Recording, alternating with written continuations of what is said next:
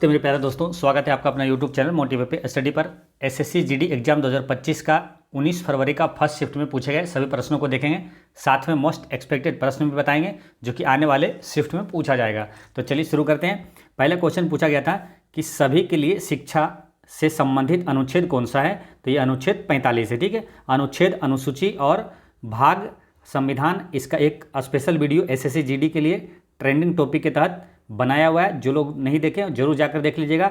हर shift में वहाँ से क्वेश्चन पूछा जा रहा है। ठीक है, जो लोग देखें हैं जरूर कमेंट में बताइएगा। ठीक है ना, ये सब अनुच्छेद उसमें बताया हुआ है। ठीक है, चलिए नेक्स्ट क्वेश्चन है कि रज उत्सव किस राज्य में मनाया जाता है। तो रज उत्सव जो है ये उड़ीसा राज्य में मनाया जाता है। ठीक है, तो एनालिसिस जो भी लगातार देख रहे हैं, आपको बता दें कि इस शिफ्ट में एनालिसिस से पूरे क्वेश्चन लगभग 10 से ज़्यादा क्वेश्चन पूछा गया है और कई क्वेश्चन इसमें ने जो कि आपके एग्जाम का एसएससी जीडी का ये रिपीट हुआ है ना। इसी वर्ष का क्वेश्चन इसमें 10 से 12 क्वेश्चन इसमें रिपीट हो गया है। ठीक है, तो जो लोग भी एनालिसिस देख रहे हैं उनको बहुत ही लाभ हुआ होगा, फायदा हुआ होगा। ठीक है, जैसे कि फेस्टिवल की बात करें तो फेस्टिवल के बारे में हर शिफ्ट में क्वेश्चन पूछा जा रहा है। ठीक है, तो फेस्टिवल के एक वीडियो अलग से अपलोड किया हुआ है। ठीक है, जरूर देखिएगा वहाँ से, है ना। तो ये आपको जैसे कि जो अपलोड किया हुआ है ना वहाँ पर जाकर पूरा देख लीजिएगा। ठीक है, इसमें बताएंगे तो ज़्यादा टाइम लगेगा।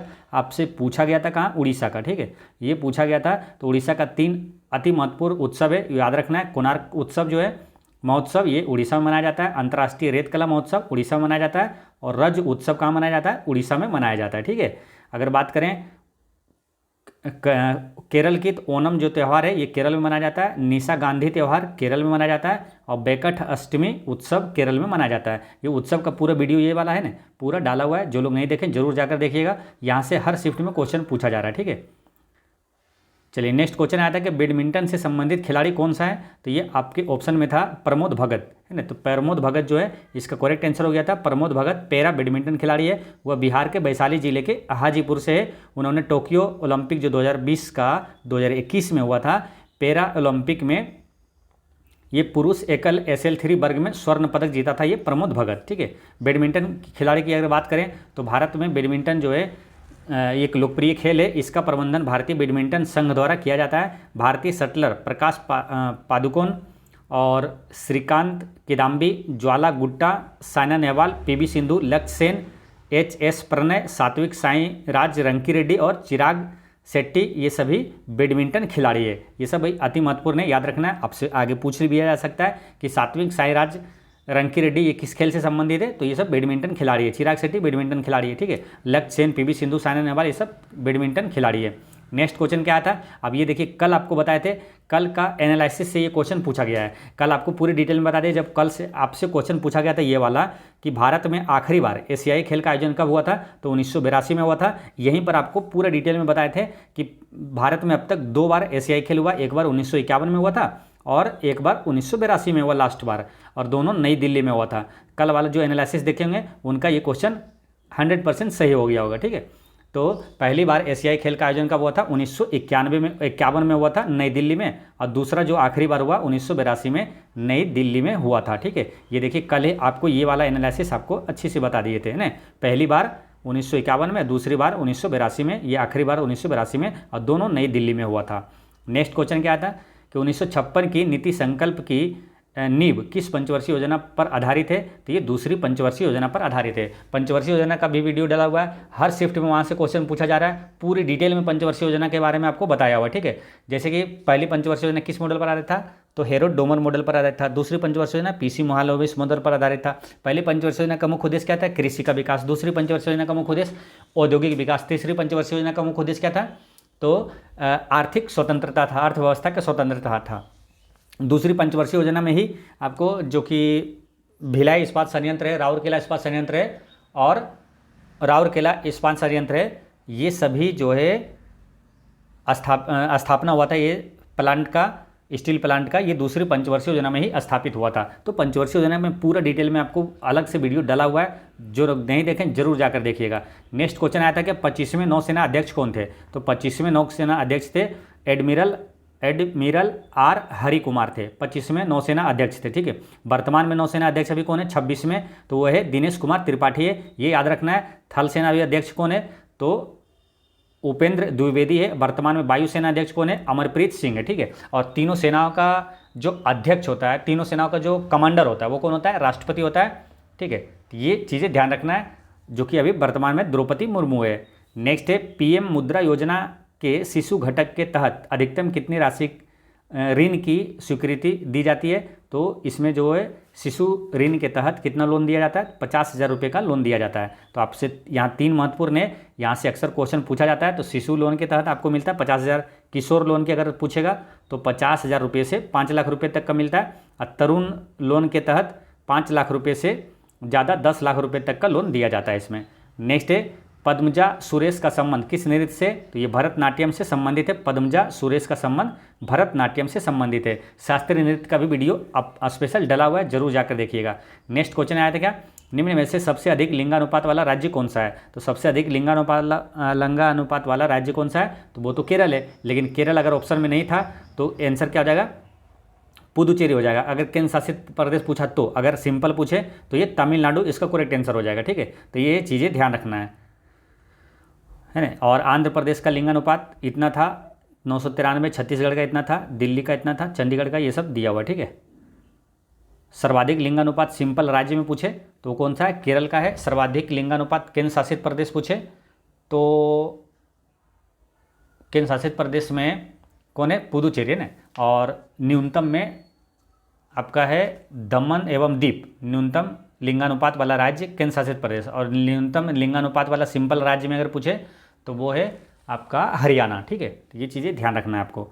नेक्स्ट है किस पंचवर्षीय योजना के बाद रोलिंग प्लान ये लागू हुआ? ये क्वेश्चन भी रिपीट हुआ है। ठीक है, ये क्वेश्चन पिछले शिफ्ट में किसी न किसी शिफ्ट में पूछा गया था, और ये आपको बताए थे उस समय डिटेल में कि 5वीं पंचवर्षीय योजना 1974 से 78 चला था, फिर 6ठी जो है 80 से 85 चला था। तो ये जो 78 से 80 जो 2 वर्ष का है, ये रोलिंग प्लान लागू हुआ था, है ना। तो ये 5वीं पंचवर्षीय योजना के बाद लागू हुआ। अगर पूछे किन 2 पंचवर्षीय योजना के बीच लागू हुआ था, तो 5वीं और 6ठी के बीच ये लागू हुआ था। ठीक है, चलिए नेक्स्ट है राज्यपाल को पद ग्रहण करने के समय जो है ये शपथ किसके द्वारा दिलाई जाती है?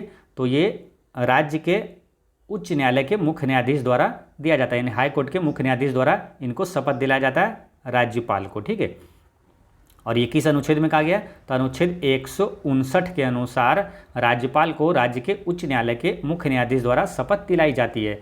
नेक्स्ट क्वेश्चन क्या आता है? टी बाला सरस्वती, ये क्वेश्चन भी रिपीट हुआ है। टी बाला सरस्वती किस नृत्य से संबंधित है? तो ये भरतनाट्यम से संबंधित है। भरतनाट्यम कहाँ का? तमिलनाडु का है।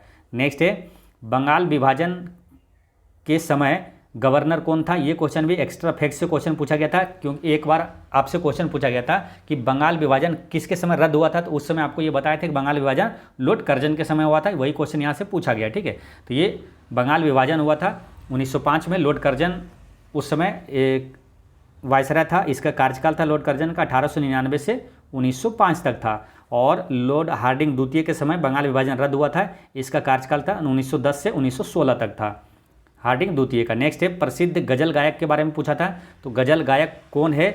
तो गजल गायक कौन नहीं है अगर पूछा था तो ये सुखविंदर सिंह आपका ऑप्शन में था, तो ये पार्श्व गायक है ना। सुखविंदर सिंह जो है ये पार्श्व गायक है। और गुलाम अली, जगजीत सिंह और मेहदी हसन, पंकज उदास और तलत अजीज, ये सब प्रसिद्ध गजल गायक है। नेक्स्ट क्वेश्चन आया था क्या? पानी और स्विमिंग पूल को साफ करने के लिए किस विरंजक चूर्ण का प्रयोग किया जाता है? तो कैल्शियम हाइपोक्लोराइड का प्रयोग किया जाता है, यह एक कीटाणुनाशक है। ठीक है, तो एक्स्ट्रा फैक्ट्स में आपको याद रखना है कि अगर सिंपल में पूछे, जैसे यहाँ क्वेश्चन क्या था? पानी और स्विमिंग पूल को साफ करने के लिए अगर सिंपल आ जाता है कि स्विमिंग पूल में कौन सा सोडा डाला जाता है, तो बेकिंग सोडा यानी कि सोडियम बाइकार्बोनेट और सोडा एस यानी कि सोडियम कार्बोनेट डाला जाता है। स्विमिंग पूल में बेकिंग सोडा यानी कि सोडियम बाइकार्बोनेट और सोडा एस यानी कि सोडियम कार्बोनेट का इस्तेमाल किया जाता है। इसका इस्तेमाल पूल के पीएच और क्षारीयता को संतुलित करने के लिए किया जाता है। और जल की कठोरता दूर करने के लिए किसका प्रयोग किया जाता है? तो वॉशिंग सोडा यानी कि धोवन सोडा यानी कि सोडियम कार्बोनेट का प्रयोग किया जाता है। ठीक है, यहाँ पर काफ़ी महत्वपूर्ण चीज़ें, सोडियम कार्बोनेट का सूत्र पूछ लिया जाएगा और सोडियम बाइकार्बोनेट का। ठीक है, सोडियम बाइकार्बोनेट का फॉर्मूला क्या होता है? NaHCO3।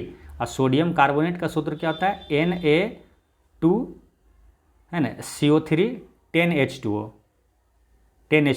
तो ये जो 10H2O है ये कौन सा है? ये धोवन सोडा है। और इसको क्या बोलते हैं? सोडियम बाइकार्बोनेट को बेकिंग सोडा बोला जाता है। ठीक है, तो ये ध्यान रखना है। नेक्स्ट है अभिक्रिया। ये क्वेश्चन आया था कि अभिक्रिया सोडियम सल्फेट SO4 था यहाँ ना।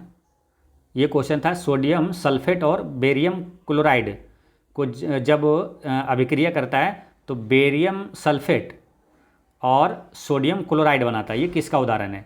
तो ये द्विविस्थापन अभिक्रिया हो जाता है। जैसे कि सोडियम सल्फेट है यहाँ, ठीक है, सोडियम सल्फेट था तो ये आगे क्या बना, ये बेरियम इसके साथ बन गया ना, बेरियम के साथ ये सल्फेट आ गया, बेरियम सल्फेट हो गया। और यहाँ बेरियम क्लोराइड था तो बेरियम के साथ बेरियम क्लोराइड था, है ना, तो ये क्लोराइड जो है ये सोडियम के साथ आ गया, यहाँ सोडियम क्लोराइड बना लिया, है ना, एक दूसरे के साथ चेंज हो गया। तो ये होता है क्या, द्विविस्थापन अभिक्रिया कहलाता है। द्विविस्थापन अभिक्रिया किसको बोलते हैं? जब दो आयनिक यौगिकों के भागों का आदान प्रदान होता है और जिससे दो नए यौगिक बनते हैं, द्विविस्थापन अभिक्रिया कहलाता है। नेक्स्ट क्वेश्चन आया था कि भारत के सबसे लंबे समय तक सेवारत कैबिनेट सचिव कौन थे जो 5 साल की सेवा के बाद सेवानिवृत्त हुए हैं? तो ये राजीव गौबा थे। ये 30 अगस्त 2024 को ये सेवानिवृत्त हुए थे, राजीव गौबा। इनके बाद कौन बने हैं? तो वर्तमान में भारत सरकार के कैबिनेट सचिव कौन है? टीवी सोमनाथन है। ये क्वेश्चन आपसे पूछा गया था पहले भी, ठीक है, टीवी सोमनाथन। तो आज पूछा गया क्या आपको? राजीव गौबा के बारे में पूछा गया था। नेक्स्ट है महाजन जो पद काल के दौरान शासक भाग या तो हिस्सा नामक कर वसूलते थे, जो कृषि उपज का कितना हिस्सा रहता था? तो महाजन पद काल में जो है ना, वो कर जो वसूलता था वो 1/6 होता था, है ना, उपज का 1/6 भाग हिस्सा ये कर के रूप में देना पड़ता था, ठीक है। यहाँ पर डिटेल में देख सकते हैं, महाजन पद काल में किसानों से उपज का 6ठा हिस्सा के रूप में लिया जाता था। और अलाउद्दीन खिलजी के बारे में अगर पूछे, अलाउद्दीन खिलजी ने किसानों से उपज का लगभग आधा हिस्सा कर के रूप में लिया था, ठीक है। तो ये महाजन पद में 1/6, अलाउद्दीन खिलजी कितना, आधा हिस्सा ले लेता था। और खराज कर मुख्य रूप से गैर मुसलमानों पर लगाया जाता था। तो ये भी क्वेश्चन महत्वपूर्ण है, डायरेक्ट क्वेश्चन पूछ लिया जाएगा कि खराज कर ये किससे वसूला जाता था? तो गैर मुसलमानों पर ये कर लगाया जाता था। खराज कर कृषि भूमि पर लगाए जाने वाले कर था। तो खराज कर क्या था? कृषि भूमि पर लगाए जाने वाले कर था। एक क्वेश्चन आता है चौथ, ये चौथ क्या था? तो ये था मराठा साम्राज्य में ये एक कर था, चौथ, है ना, इसमें 1/4 इसमें कर देना पड़ता था मराठा साम्राज्य में। नेक्स्ट है बजट 2024-25 में कृषि और संबंध क्षेत्र के लिए कितनी राशि आवंटन किया गया था? तो 1.52 लाख करोड़ रुपये कृषि पर आवंटित किया गया था। नेक्स्ट क्वेश्चन आया था कि पहाड़ों के बीच जमा पानी को आमतौर पर क्या कहा जाता है? तो जलाशय कहा जाता है ना। इसका करेक्ट आंसर क्या? रिजर्वोयर यानी कि जलाशय कहा जाता है, ठीक है। अगर क्वेश्चन आपसे ये पूछा जाता है कि चट्टानों के अंदर मौजूद पानी को क्या कहा जाता है? तो भूजल या तो जलभृत कहा जाता है, ठीक है। तो ये भी चीज़ ध्यान रखना है। पृथ्वी की सतह के नीचे मिट्टी, रेत और चट्टानों के बीच दरारों और छिद्रों में ये पाया जाता है। नेक्स्ट क्वेश्चन आया था कि अनुच्छेद 41 किससे संबंधित है? तो ये शिक्षा, रोजगार और सार्वजनिक सहायता का अधिकार से संबंधित है। नेक्स्ट आया था हिंदी से क्वेश्चन कि उत्थान शब्द का विलोम क्या होता है? तो पतन होता है। क्षीर शब्द का तत्सम रूप क्षीर होता है। और जिसके समान कोई दूसरा ना हो तो वो क्या कहलाता है? वो द्वितीय, है ना। और अनुकूल शब्द का विलोम शब्द पूछा था तो प्रतिकूल होगा। और 1 और 1 11 का मुहावरा का अर्थ क्या होता है? तो एकता में शक्ति है। ये प्रश्न पूछा गया था, ठीक है। और एक क्वेश्चन आया था क्या?